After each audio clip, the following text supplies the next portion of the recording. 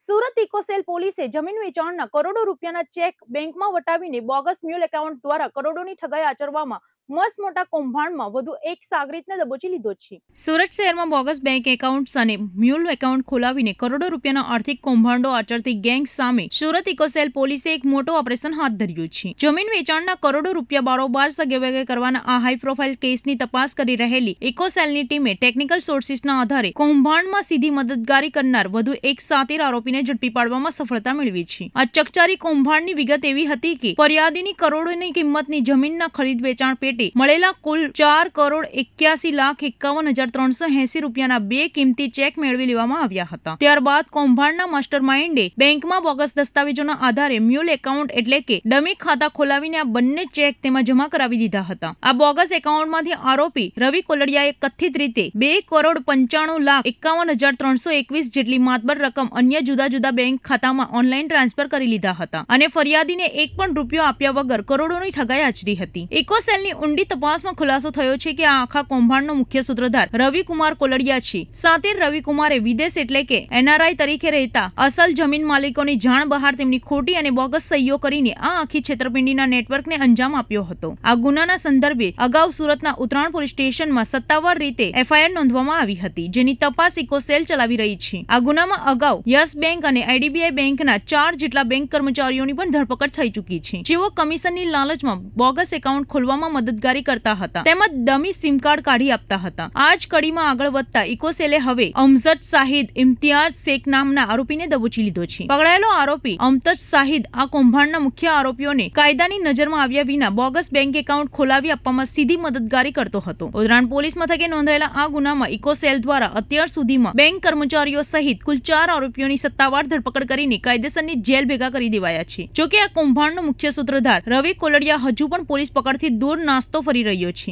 ઇકોસેલની અલગ અલગ ટીમો મુખ્ય આરોપી રવિને ઝડપી પાડવા માટે જુદા જુદા રાજ્યોમાં દરોડા પાડી રહી છે અને આગામી દિવસોમાં આ કેસમાં અન્ય મોટા ખુલાસા થવાની પૂરેપૂરી શક્યતા છે। સુરત શહેર અનેક ક્ષેત્રોમાં ખૂબ જ ઝડપથી પ્રગતિ કરી રહ્યું છે અને એ ક્ષેત્રો પૈકી એક છે રિયલ એસ્ટેટ, કે જેમાં ખૂબ જ ઝડપથી સમગ્ર શહેરમાં કન્સ્ટ્રક્શન અને જમીન લે વેચનો વ્યવસાય પણ ખૂબ જ ઝડપથી પ્રગતિ કરી રહ્યો છે।